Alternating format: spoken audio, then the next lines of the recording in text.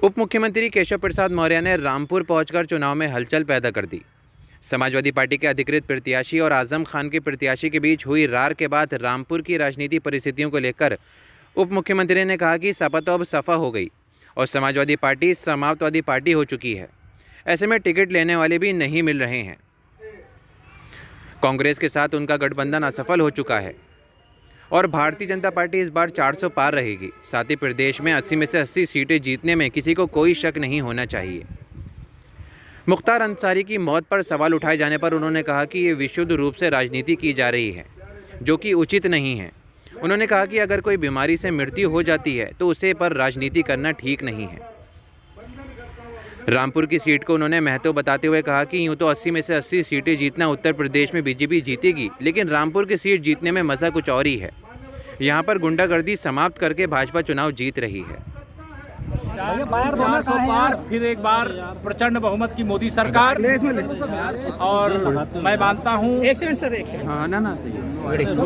हम लोग यूपी की 80 सीटें जीत रहे हैं और रामपुर भी जीत रहे हैं, लेकिन रामपुर की जीत का स्वाद अलग होता है।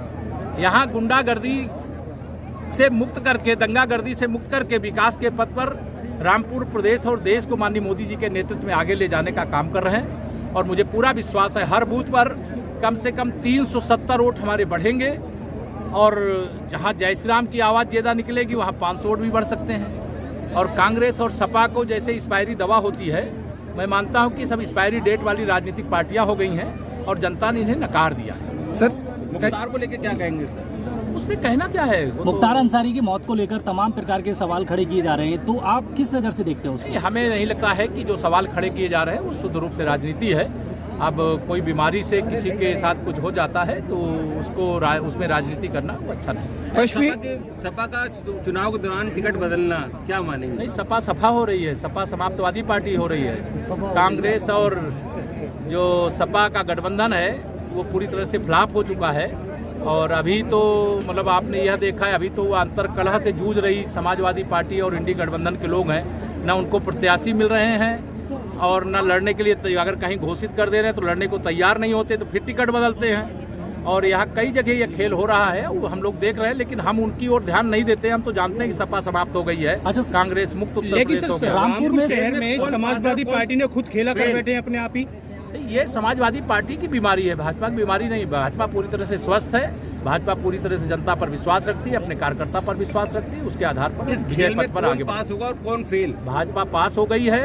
केवल कमल के फूल की बटन दबाने का लोग इंतजार कर रहे हैं कब चुनाव की सीटें। अच्छा, भाजपा उत्तर प्रदेश में कितनी सीटें लेकर 80 की 80 जीतेंगे, इसको लेकर किसी को कोई संशय नहीं। समाजवादी पार्टी की ये चौराहे की हड्डियां जो फूटी है, इससे जो मुस्लिम वोटर के अंदर एक कंफ्यूजन पैदा हुआ है, तो मुस्लिम हमारी समस्या नहीं है जी। हमारी समस्या जो थी वो समाप्त हो चुकी है। समस्या कोई है तो वो समाजवादी पार्टी की है, कांग्रेस पार्टी की है। और मैंने कहा कांग्रेस मुक्त भारत और सपा बसपा से मुक्त उत्तर प्रदेश, इस दिशा में हमारा यूपी आगे निकल गया। लोगों को विकास चाहिए, गुंडागर्दी नहीं चाहिए, भ्रष्टाचार नहीं चाहिए, गरीब कल्याण की योजनाओं का लाभ चाहिए। और हमारी सरकार में सबका साथ सबका विकास जो भाषण है वही यथार्थ की धरती पर है। इसके कारण भारी जन समर्थन मिल रहा है, लाखों लाख वोटों के अंतर से। पहली बार निर्विरोध सांसद चुने गए, क्या कहेंगे? कौन चुना देश में पहली बार निर्विरोध सांसद चुने गए? सांसद नहीं, विधायक चुने। विधायक, हाँ जी, चुने गए हैं। करूंगा ये तो कांग्रेस, मैंने कहा कि कांग्रेस एक्सपायरी डेट वाली राजनीतिक पार्टी हो गई है।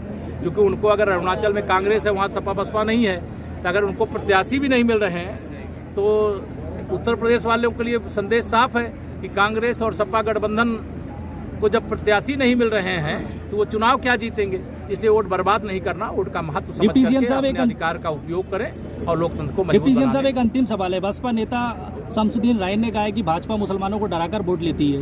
ये डराने का काम, धमकाने का काम करने वाले उत्तर प्रदेश की सत्ता से चले गए।